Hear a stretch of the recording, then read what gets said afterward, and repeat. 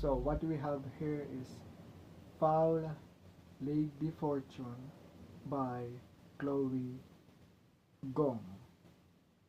So this is my first book from the author, and a quick story about how I picked this book. I was browsing in a bookstore looking for my next read, and I happened to pick this up. I did a quick Google search because I don't want to pick a book that is part of the series of a series because I don't think I am ready to commit to um, to reading one book after another. So I'm looking for a stand alone story. So just imagine my surprise when I get to the last chapter and it is a cliffhanger. So I think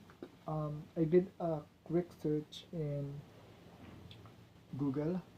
So I think it was my mistake because I am skimming through it. I'm looking for I thought this was a standalone novel, and what happened, um, I may have mistaken Chloe Gong's other books that has nothing to do with her main series. So I think I may have read the short story she has, or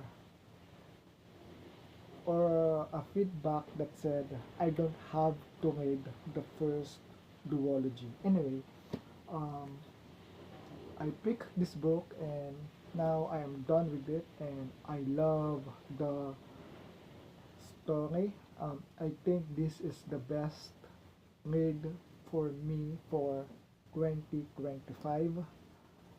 This is the best book, but to be fair, I only read about 7 to 8 books so far, so it's not much.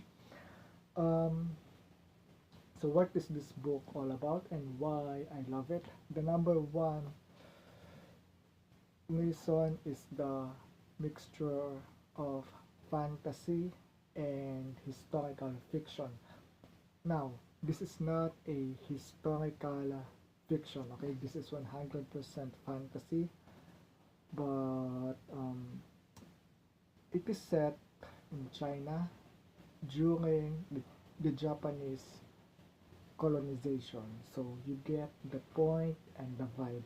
The setting is in Shanghai. The year is 1930s. Um, so our main characters are fighting off the colonizers, the Japanese. So the enemy, I put that in quote, is the Japanese. So this is the struggle, one of the darkest period during uh, early years in China. Okay, so that's what I love about this because I read fantasy, like I say, Mistborn, and I also read historical fiction, like I say, Anthony Doerr, All the Light You Cannot See, um, The Nightingale, Ashes in the Snow, multi, separatist books. So, and then fantasy, historical fantasy. That, that combination got me hooked with this novel more than the storyline. So I guess it's the world building. It has a historical element in it mixed with fantasy.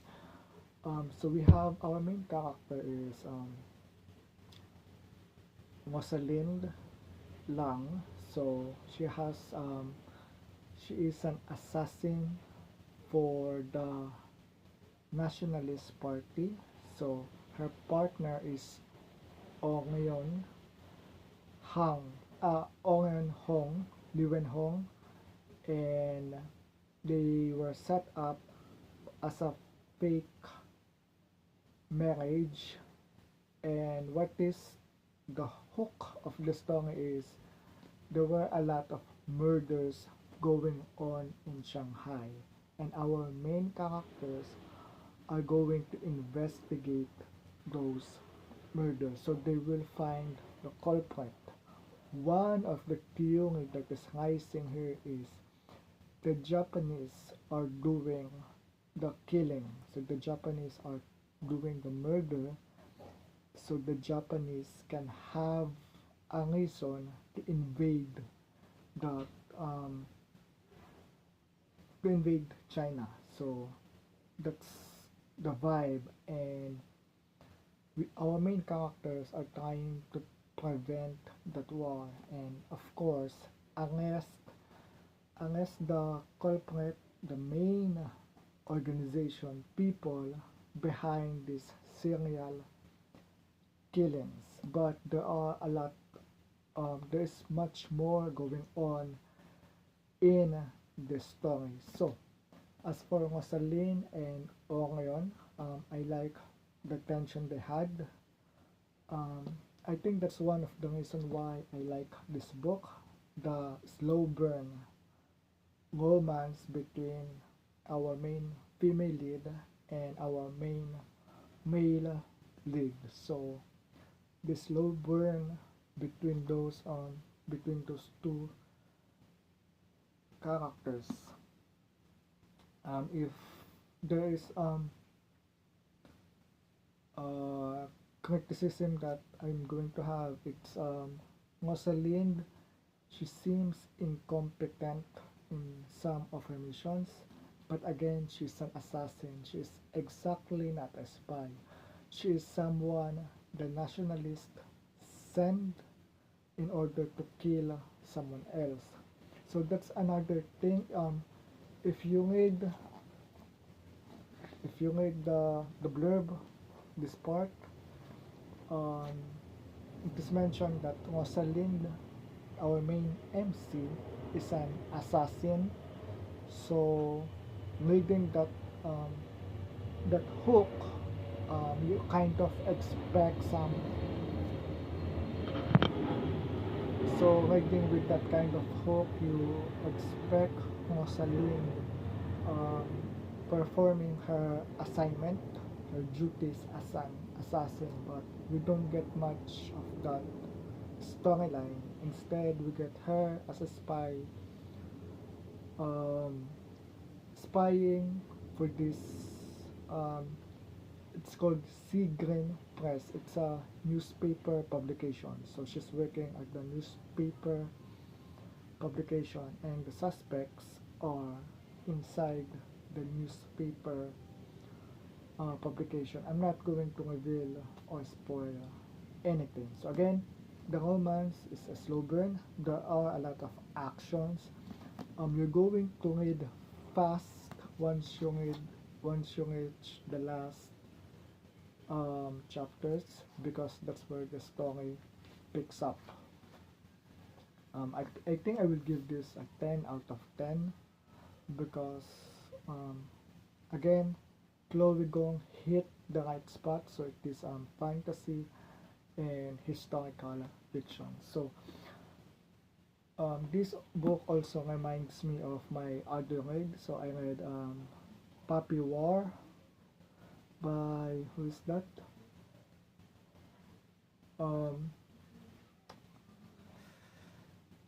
Puppy War, I forgot the author, but it has the same setup. So where it is inspired uh, with the it is inspired with the part of history in China, and it happened during the Japanese invasion. But again, that's a different books. Okay, the Puppy War, the trilogy, I like it, but I like this even more. I feel like I am more engaged with this book. I am more hooked with this story than the Puppy War trilogy. So if you like the Puppy War,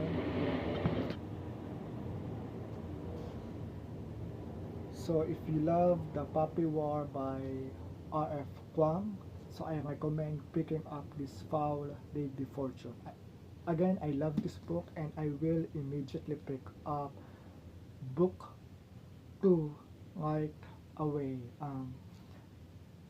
Again, I did not expect this to be a series, so I read this toward the end, expecting that this book is going to be a stand-alone. When I get to the last part and then I saw the epilogue, my initial reaction is, this cannot be done. It cannot be a cliffhanger like that. And then I went to Google and learned that this is a duology. So I was reading this thinking the story is going to conclude at the last chapter, but it is not. So it is a cliffhanger. There, there are a lot of plot twists throughout the book, and it's not something that you question yourself. It's not something that is forced for the sake of plot twist.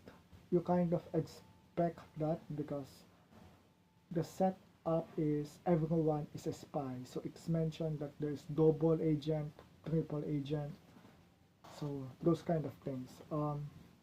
The minor characters that you're going to like is Alisa Montogova, Phoebe, we have Celia, and Oliver. So Oliver and Orion, they are brothers, while Celia and Rosalind are sisters. So they are the main characters, but they are working on the opposing factions. So in a way, they are enemies. So the brothers are enemies, the sisters are enemies. But again, in a way, so the factions are enemies, but not technically them. Um, uh, so I don't know the first duology about this, the Violet Delights, this Violent Delight.